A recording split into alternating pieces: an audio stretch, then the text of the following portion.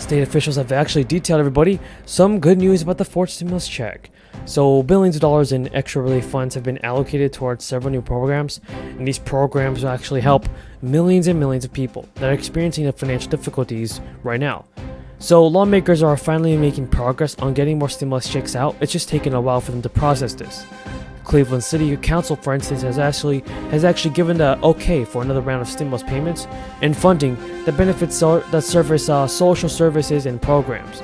And to help those facing eviction, the council has awarded $1 million in stimulus checks to give out to the city residents. So if you live in Cleveland, Ohio, you'll be getting a stimulus check, everybody, from the $1 million fund. Officials have talked to reporters, and they said this money actually goes a long way, and the return on investment is incredible for the Cleveland community. Last year, close to $5 million of funds were saved in terms of missed work and actually opportunities for education and for folks that we help in the community. The Legal Aid Society of Cleveland has actually helped the residents facing stressful situations, including eviction, and it's really good news for the American people, especially as housing costs continue to rise. So when asked about the new plan, state officials said, "We're on pace to see a 30% increase in requests for housing help, and the post-crisis increase is due to a whole variety of factors, including housing conditions, rent increase, and inflation." City Council also approved use of stimulus funds for other social services. Nearly $3 million will be used to provide signing and retention bonuses for early childhood workers and education workers. Another $2 million will help families pay for childcare. The Cleveland mayor has actually unveiled a $100 million fund, everybody, for stimulus funding, with nearly half of it going to housing for all. So yes, it's not a $100 million stimulus check, but it's money being sent to many, many people. And the proposed housing policies includes about $35 million to incentivize public and private housing, $10 million in home repair funds, and $5 million for revolving loan pool for contractors to build in underserved neighborhoods. City officials are now deciding how they want to vote on American Rescue Plan spending, whether they want to split the legislation into several bills or approve one single big bill. Whatever one they think is best, they'll do. Now here's some breaking news. According to a newly released budget from the Congressional Budget Office report, Joe Biden does plan to cancel a lot of student debt.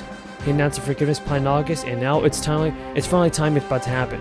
The Congressional Budget Office, which conducts the nonpartisan analysis for Congress, warned in the report that the estimates are highly uncertain, and the estimates rely on a number of assumptions, including how many eligible borrowers apply, as well as what portion of the outstanding federal student loan debt may be, and the White House is expected to release its own estimate of Biden's student loan forgiveness plan in the coming weeks. The administration previously said the plan would reduce cash flow by about $24 billion in the first year, and under Biden's plan, individual borrowers who earned less than $125,000 in either 2020 or 2021, and married couples or head of households who made less than $250,000 in those years will see up to $10,000 of their student loan debt forgiven. So lawmakers like Chuck Schumer and Warren have also been pressuring Biden to cancel more student loan debt. But will it happen? We don't know. What exactly is happening? Thank you, sir. I'm grateful to Mr. Kelly, proud to call him a friend and colleague. I'm going to shake his hand as he leaves. And listen, this is what it's going to require. It's going to require that level of push, punch, clawing and scratching, yelling if necessary, kicking a chair over in the chamber and saying the house is on fire and it's going to burn down before our children ever taste the sweetness of the blessed life in this country. And I believe we're going to do it. I believe I believe in this country, and I believe the American people, especially over the last couple of years of the spending frenzy, are waking up to this.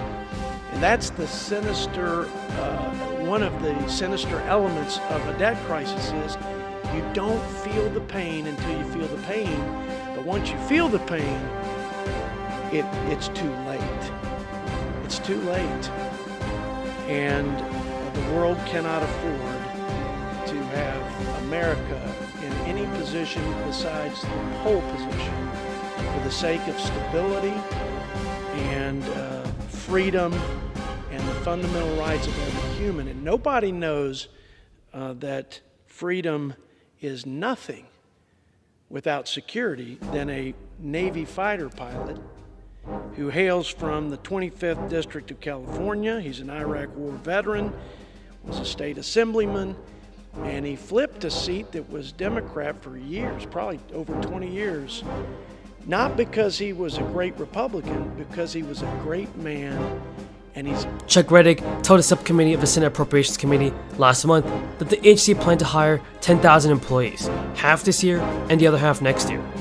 Reddick also added the IRS began holding jobs fairs almost immediately after the fiscal year 2022 spending bill passed. The IRS has already created multiple search teams focused on processing a backlog of paper tax returns. The IRS on search teams comes from other parts of the agency, including enforcement and answering taxpayers' phone calls. Lawmakers have officially come together to take a plan for the American people. President Biden's fourth stimulus package is almost complete. Democrats just have a few days. Democrats just have to come to a few agreements on key provisions, and $2,000 direct checks may be going out this month. Here's some awesome news for those of you that live in the state of Maine. The state's plans to send out $850 checks to eligible taxpayers this week and expects to have the vast majority mailed by the end of the month. But that is if officials can't find enough envelopes. The supplemental budget proposed by Maine Governor Janet Mills and approved by lawmakers in April allocated about $730 million for the checks, as a way to use one-time surplus funds to help taxpayers cope with inflation. An estimated 850,000 people across the state will receive $850 checks to help alleviate rising prices caused by inflation. To be eligible, individuals must file their income tax return by October 31st as a full-time Maine resident. However, they cannot be claimed as dependent and must have a federal adjusted gross income of less than that. The legislature's Appropriations and Financial Affairs Committee effectively cleared the way for the state to begin issuing the checks by granting permission to process some of the funds ahead of the schedule. The budget called for distributing roughly half this month and the rest beginning in July. Officials stated that they are requesting the additional allotment to ensure that the Department of Revenue Services is able to process all payments as soon as administratively feasible, assuming there are no glitches and we can send out a significant portion of checks in June. One of the glitches may be a shortage of stationery.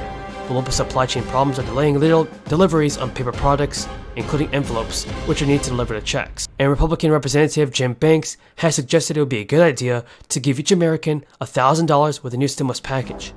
Banks, who represents Indiana's 3rd Congressional District, told Fox News that billions of dollars could be used to give Americans $1,000 each. The cost of giving each American $1,000 would be significantly high.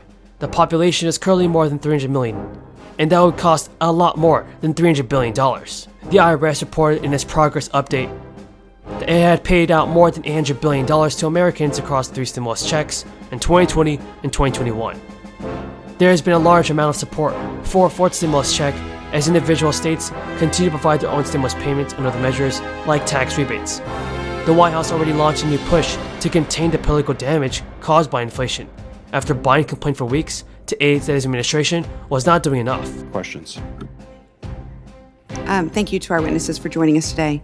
Ransomware attacks have wreaked havoc on communities across Arizona and our country. From last year's attack on the city of Kingman to the recent attempted hack against Yuma Regional Medical Center, ransomware disrupts our lives, breaches sensitive data, and causes real-world harm. Our bipartisan infrastructure law invests in state and local cybersecurity to combat ransomware, and I co-sponsored legislation creating new cyber incident reporting requirements. So we need to continue to work together to enhance our cybersecurity and hold hackers and the countries that provide them safe harbor accountable. So my first question is for you, Ms. Coven. In March, your company's co-founder testified before the Senate Banking Committee. I asked him about some of the more sophisticated techniques used by ransomware gangs to make ransom payments harder to trace, including the use of Mixer and Tumblr services to combine cryptocurrency from illicit sources with crypto from lawful sources. Mr. Levin noted that chain analysis has actually been able to successfully demix certain transactions. Without revealing your specific demixing capabilities, could you expand on this, and how great of a threat to ransomware investigations do cryptocurrency mixers currently pose? Thank you for your question. And this is an especially important topic because we have identified mixers being incorporated more frequently into ransomware laundering techniques. And as you mentioned, we have recently publicly disclosed our demixing capabilities.